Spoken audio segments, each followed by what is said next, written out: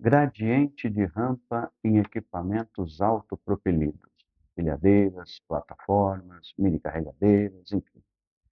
Você sabe o que é isso? Sabe qual é a conduta que o operador tem que assumir quando ele está diante desse tipo de situação?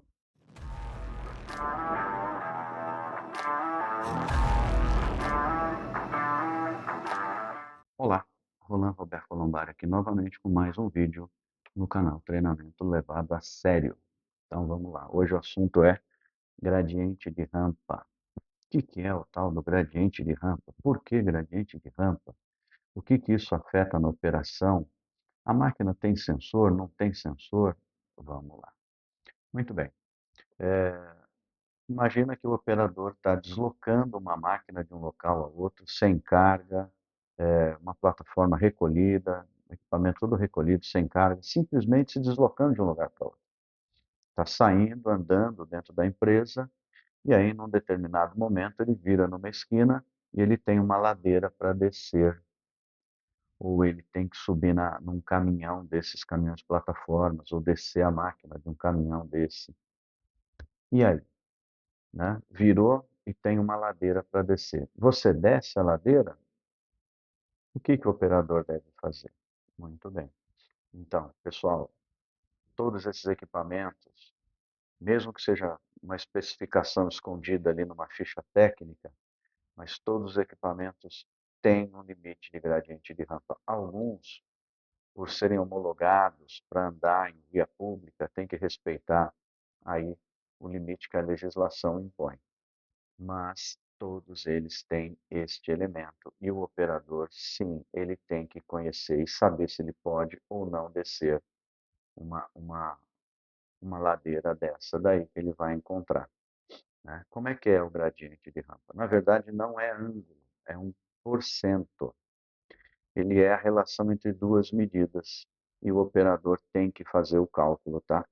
E o cálculo como é que é? Quando ele se deparar com uma situação dessa, se ele tem ali uma rampa, né, uma ladeira regular, né?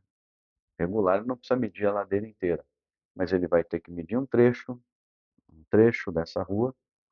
Nesse trecho ele vai calcular, ele vai traçar o referencial e medir quanto ele mudou de altura. Percebeu? Então, qual é a altura? Com essas duas medidas na mão, ele vai dividir a menor pela maior, multiplicar por 100, ele vai ter o gradiente de rampa daquela rampa. Este número ele vai ter que comparar com o que está na especificação do equipamento. E na especificação do equipamento tem que ter um número maior. Isso quer dizer que ele aguenta rampas mais íngremes, vamos interpretar assim. Perfeito? Então, é assim que o operador tem que calcular. E olha, as máquinas não têm sensores, não têm alarme, não têm bloqueio. Vai depender única e exclusivamente do operador perceber essa situação e fazer essa avaliação. Se ele entrar numa rampa inadequada, grandes chances, né, de haver um tombamento, de haver um capotamento da máquina com o operador lá dentro, o que pode ser um acidente de altíssima gravidade. Então, quando você vê um tombamento de uma máquina numa rampa, por exemplo, o primeiro item que a gente vai avaliar é se aquele gradiente de rampa está dentro do limite da máquina ou se ele foi excessivo. Em função disso, o operador não conseguiu controlar o equipamento. Então, fica aí a dica e a forma de como calcular o gradiente de rampa para esses equipamentos, perfeito? Comente, coloque aí, curta o vídeo, acione o sininho, enfim.